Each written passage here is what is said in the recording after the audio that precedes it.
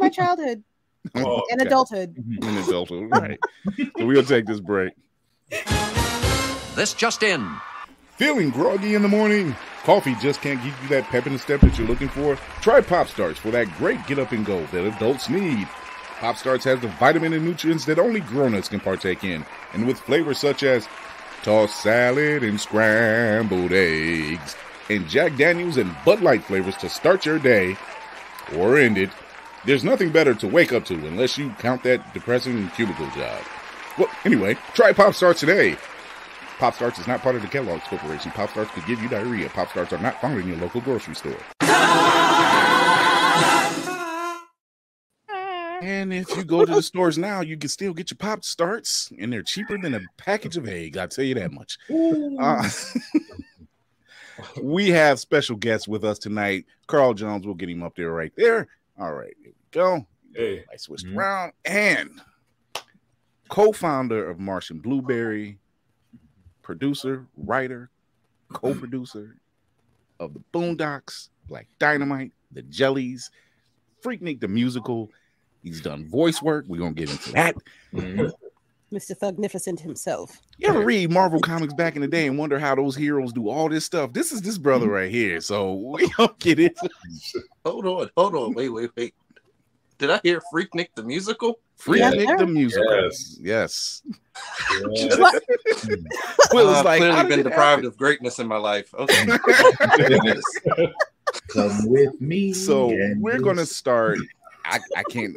He's worked on The Last OG. He's everything we pretty much watched and touched. Except for cinematic black, he has something to do with it. Yeah, there you go. If it's black, he probably had a hand in it.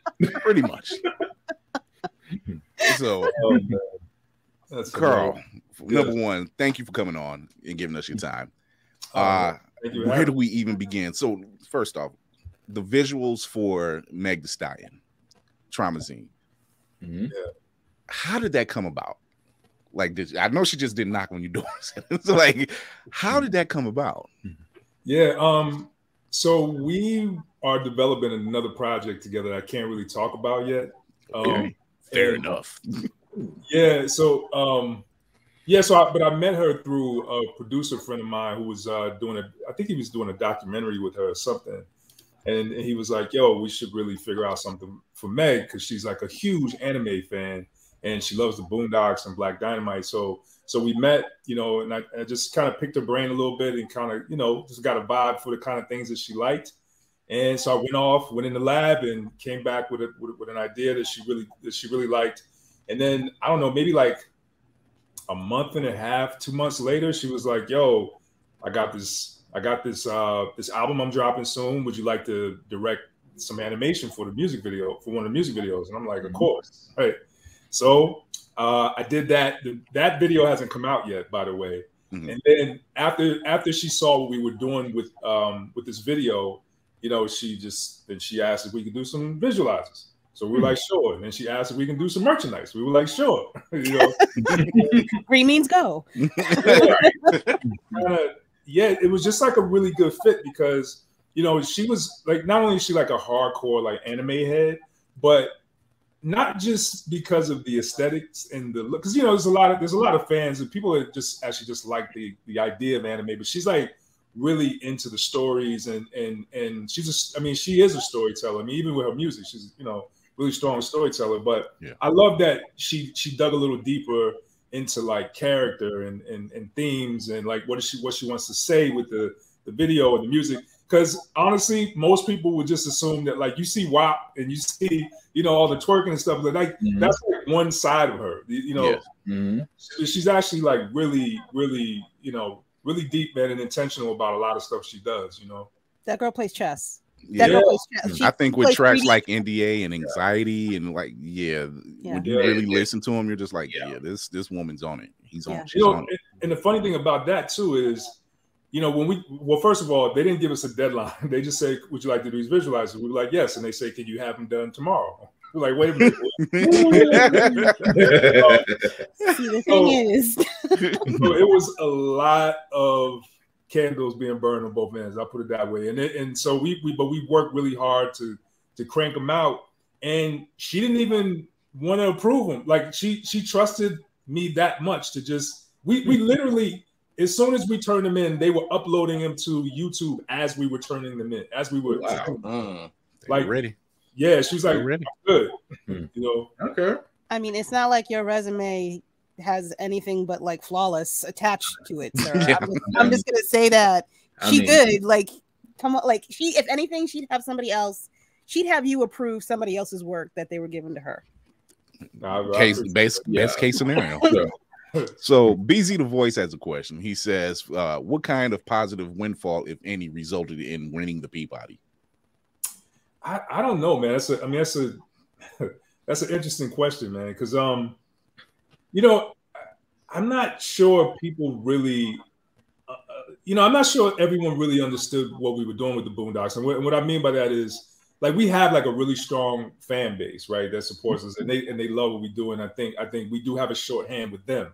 But in terms of like Hollywood and like, does this actually mean something to, the people that are buying stuff? Like, it might, but I think a lot of people are afraid of it.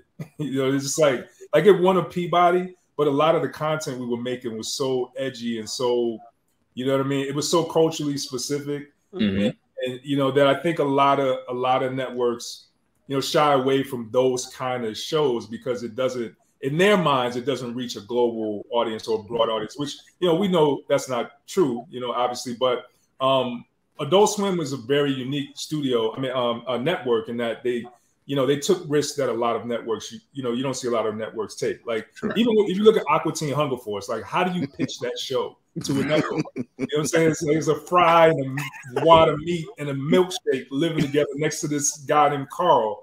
It's like, like no one would have made that show. And honestly, like, the Boondocks got turned down at Fox first. A lot of people don't know that. And so, so I don't know. It's been really hard to do that kind of comedy with that kind of satire and social commentary. So I don't know, man. Like, I mean, it's a cool accolade, but I think the struggle still continues. Like, we're still working really hard to get that door to open and get the networks to see that there is, you know what I mean? Like we can do smart Black humor that's also edgy and ignorant at times.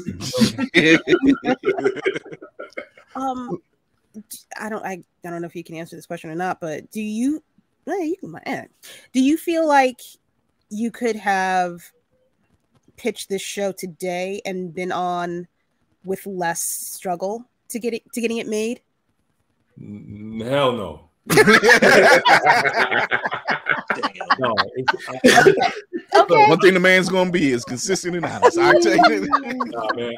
I tell you right now, like, I'm having. Well, look, I got a few things in development, right? I'm working on stuff, but that particular voice and that kind of comedy is like, it's really hard to do, man. It's it's. But it's one of those things where, like, I know, everyone talks about cancel culture and, there's all these landmines, right? But the networks, they number one, they're operating from a place of fear usually, right? Like, they're not taking as many risks as they used to, period. Like, if you notice a lot of the program, if you think about like the streaming platforms right now, they're just like, like heating up old TV shows and films. Like, you know what I mean? Like, saying there's no originality in Hollywood, sir? Right. Is that what we're talking about right now? Exactly. So they're really trying to minimize the risk in every single category. And I think, so it's less offensive as the content can be. I think the better for most networks. And but you don't have, that's why you don't have a Black South Park, and you don't have like they bet not. but that's not on South Park. I don't mean right, exactly. But that's the thing, South Park was very polarizing. The Boondocks was very polarizing. Black Dynamite was very polarizing. So it was a lot of people that offended. There was a lot of people that hated it, but there was also a lot of people that loved it and became cult followers of it. And and at one time, I think it was worth it to create a polarizing show if you can build that kind of fandom. Today, if it's just two niggas that do a tweet, it's like that tweet something that they don't like it, then all of a sudden, you see the trade say Twitter reacts. It's two people. Yeah. Two people were offended, and now Twitter reacts. Mhm. And these, you know, these executives, they, you know, this is the kind of stuff that means something to them, and you know, so I don't know. I think it's really difficult. I'll just say that. So you were quoted as saying that you wanted to be the next Pixar, and that sometimes you get so many voices in the room. There you go. We froze. Okay, you're back. I want to repeat your question. Oh, I said you were quoted saying that you wanted to be the next Pixar, and saying that sometimes you get so many voices in a room telling you what to do that you can lose your own voice. Yeah, and it sounds it's kind of a thing where, especially for people of color, yeah, having a story to tell and trying to reach everyone, but really reaching that core audience. Is that what it comes from? Well, yeah. I mean, I think hip hop is the best example of that, right? Like, this is a culture that was born out of a very specific set of circumstances, and it was created by a small subculture within a subculture within a subculture, and it was only done for a very few people. It was, you know what I'm saying? Like, if that music reached your entire block, it was a success. And that music has transcended into it's popular music now, right? It's like all over the world, it's global. And none of the music that was being